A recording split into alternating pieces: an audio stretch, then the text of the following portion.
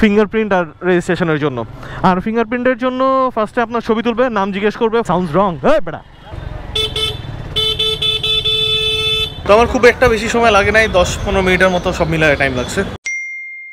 আসসালামু আলাইকুম, সবাইকে স্বাগত জানাচ্ছি। আমি আবির আছি আপনাদের সাথে। আর আজকে দেখতে পাচ্ছেন অলরেডি শুরু করছি গ্যারেজের থেকে, বিকজ আমাদের সিএম ভাইয়ের জিক্সার অফ হয়ে গেছে। কেন অফ হয়েছে?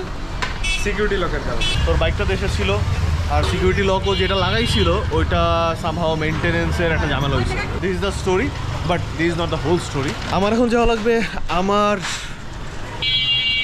স্কারলেটকে নিয়ে মিরপুর বিআরটিএতে, কারণ আজকে আমার ফিঙ্গারপ্রিন্ট আর ছবি তোলার ডেট। যদিও ইটস অলরেডি 1 PM আর আমি জানি না আজকে কাজ কতটুকু তাড়াতাড়ি শেষ করতে পারো। ফিঙ্গার আর ছবি তোলার পরে অনেকগুলো কাজ আছে, সেগুলো বাইকে ওঠে বলি, রাইট? আগে ভাইয়ের বাইকটা স্টার্ট করে নিই। আসসালামু আলাইকুম and welcome again to my moto blog, right? আর আমরা এখন যাচ্ছি মিরপুর বিআরটিএতে, আর সময় এখন ঘড়িতে 1:30। লাঞ্চ আওয়ার, মানে সরকারি অফিসের লাঞ্চ আওয়ার চলতেছে। অ্যান্ড জানি না যেতে যেতে কয়টা বাজবে অ্যান্ড কতক্ষণে আমরা বিআরটিএর কাজটা শেষ করতে পারবো। আমার কাছে মনে হচ্ছে সামনের ব্রেকটা ইজ নট রেসপন্সিং ওয়েল।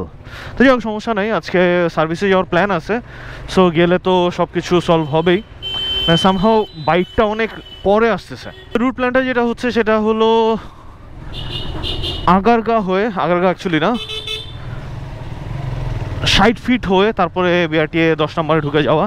তো যেটা বলতেছিলাম, আজকে কি কাজ নাম্বার 1 বিআরটিএ, এখন তো যাচ্ছি সেটা বললামই আগে। কাজ নাম্বার 2 খুব বেশি ইম্পর্টেন্ট ছিল বাইককে সার্ভিসে দেওয়া, কারণ বাইকের বেশ কিছু মেজর জিনিস আছে যেগুলি সার্ভিস নেসেসারি হয়ে দাঁড়াইছে। আর তাছাড়াও ফার্স্ট অফিসিয়াল সার্ভিসও ডেট পড়ছে আজকে। তো সিন যেটা হলো যে জিলানি ফোন দিছিল, আন্টির আজকে ডায়ালাইসিস চলতেছে অ্যান্ড আন্টির ব্লাড গ্রুপ হচ্ছে ও পজিটিভ, আমার ব্লাড গ্রুপও হচ্ছে ও পজিটিভ। ও বললো যে আন্টিকে ব্লাড দেওয়া লাগবে। তো আমি বললাম যে ঠিক আছে। সো মানুষের জীবনের থেকে বাইকের জীবন less expensive I think, so মানুষের জীবন বাঁচানো ফরজ। তো ফরজ কাজটাই করার চেষ্টা করবো। সিয়াম তো ধুমায় নামতেছে, আমরা তো ঘুরে কেন আসলাম, রাস্তা তো খালিই ছিল। আচ্ছা, বাইকের যে সমস্ত জিনিসগুলো ইম্পর্টেন্ট হয়ে দাঁড়াইছে, সে 1 নম্বর হচ্ছে চেন অনেক লুজ, 2 নম্বর হচ্ছে টায়ার, 3 নম্বর হচ্ছে ইঞ্জিন অয়েল, সেটা 300-তে ড্রেন দেওয়ার কথা, এখন অলরেডি আমার 388, দ্যাট মিনস অলমোস্ট 400 কিলো হয়ে গেছে এই ফার্স্ট ইঞ্জিন অয়েলটা 300-তে ড্রেন দেওয়াটাই বেস্ট। মানে অনেকে 500 পর্যন্ত চালায়, কিন্তু আমার সেটা কোনো ইচ্ছা নেই। আমি কাজের কারণে, ব্যস্ত থাকার কারণে বেসিক্যালি করতে পারিনি এই কয়দিন। তো যাই হোক, এখন দেখা যাক কত তাড়াতাড়ি ড্রেন দিতে পারি। তো ঢুকে গেছি 60 ফিট রোডে। এই রোডটাতে ঢোকাটা কতটুকু ওয়াইজ হলো আই ডোন্ট নো, খেয়াল ছিল না, কারণ এই রোডের মধ্যে তো প্রচুর রিক্সা আর টেম্পো, এই যে সামনের যে টেম্পোগুলো আছে। এই এলাকা সম্বন্ধে আমার মোটামুটি আইডিয়া বাইকেরও আছে। ইনফ্যাক্ট এই যে এখানে গাড়ি প্লাস হচ্ছে সব কিছু একটু স্ক্যাটার্ড, মানে আপনাকে সিস্টেমিক ওয়েতে চালানো যায় না। একে গাড়ি ঘোড়াগুলো স্ক্যাটার্ড, 2 নম্বর হচ্ছে রাস্তাগুলো পটহলে ভরা। তো it was a bit wrong decision of ours. আর সিয়াম মোস্ট প্রবলি নতুন রাস্তাটা দিয়ে যায় নাই এখন পর্যন্ত ইউকে থেকে ফেরার পরে, যার কারণে ওই সাইডের সম্বন্ধে ওরা হয়তো বা আইডিয়া। এই যে পটহল না, পটহোল তো না, ওটা ডাইরেক্ট পট। অ্যাকচুয়ালি আমার একটু রাফ চালানো হচ্ছে বিকজ অফ সিয়াম। এইভাবে চালানো আজকে আমার জন্য উচিত না, কারণ আমার টায়ারের প্রেশার যেহেতু একটু বেশি আছে, আর আমি একটু বেশি না, মোটামুটি ভালোই বেশি থাকার একটা সম্ভাবনা আছে। আর সেকেন্ড, আমি আমার ব্রেকের এই যে এখন পর্যন্ত কিন্তু কোনো ব্রেকের বাইট নাই, মানে এই জায়গা পর্যন্ত কোনো ব্রেকের বাইট নাই। সামহাও ব্রেকের বাইটটাও অনেক পরে পাইতেছি। তো যাই হোক, ঝামেলা নাই, সার্ভিসে গেলে পরে এগুলি সব ঠিক হয়ে যাবে। তো ক্রস করে ফেললাম মিরপুর 10 নম্বরের সিগন্যাল, একটু ঘোরাঘুরি হয়ে গেছে। প্রিন্স বাজারে আমরা একটা হল্ট নিব, কারণ হিমেল আসতেছে। সাউন্ডস রং, বেটা। গ্যাঞ্জাম লাগছে। হ্যাঁ, সামনের ট্রাকের সাথে এই মাইক্রোর সাথে কোনো একটা গ্যাঞ্জাম হয়ে গেছে। এই তো ভাইয়া খুব গরম হয়ে আসতেছে। এই তো সামনে ট্রাফিকও ধরে ফেলছে ট্রাককে। ব্যাস, এখন কোপ হবে, কোপ।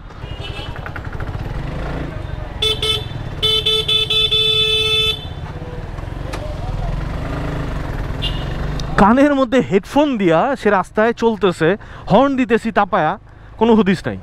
হিমেল ইজ হিয়ার। ও কেন হেলমেট পরে না, এর পিছনে রিজন হচ্ছে ও এলাকার ভিতরে আছে, এই কারণে। যদিও এটা উচিত না, but it's fine for now. আর এখন বিআরটি দিয়ে যাচ্ছি, যেটা বললাম যে ফিঙ্গার অ্যান্ড ছবি তোলাটা অ্যাজ সুন অ্যাজ পসিবল শেষ করতে হবে। 19 নাম্বার রুমে যাব, ওই যে কোনো সিরিয়াল নাই। আচ্ছা লো 119 না, আমরা যাচ্ছি হচ্ছে 119 নম্বর রুমের দিকে। আর এই হচ্ছে বিআরটির অবস্থা।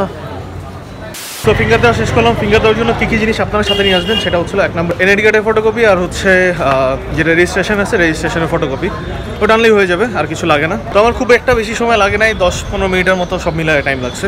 সো ইয়া, এখন হচ্ছে as soon as possible I have to go to BIRDEM, cause গেলে পরে ডায়ালিসিস স্টার্ট হবে।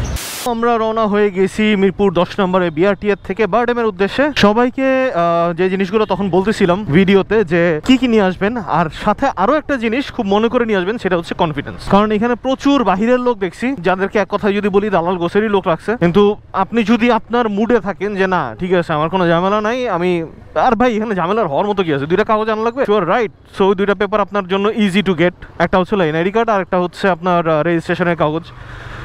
সো এই 2টা পেপার হইলে আপনার কোনো ঝামেলা নাই। সো যেটা বললাম যে এই 2টা পেপার আর সাথে কনফিডেন্স নিয়ে আসলে হোপসো আপনার আর কোনো ঝামেলা হবে না ফিঙ্গারপ্রিন্ট আর রেজিস্ট্রেশনের জন্য।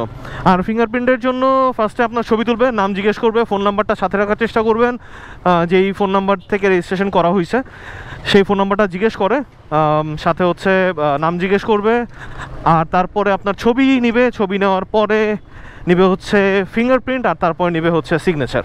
সো ইয়া, এই 3টা জিনিসই বেসিক্যালি ওইখানে ঢোকার পরে করে।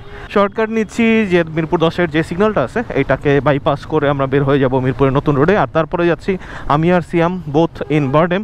সার্ভিসটা হইলো না, বাট সমস্যা নেই, প্যারা নেই।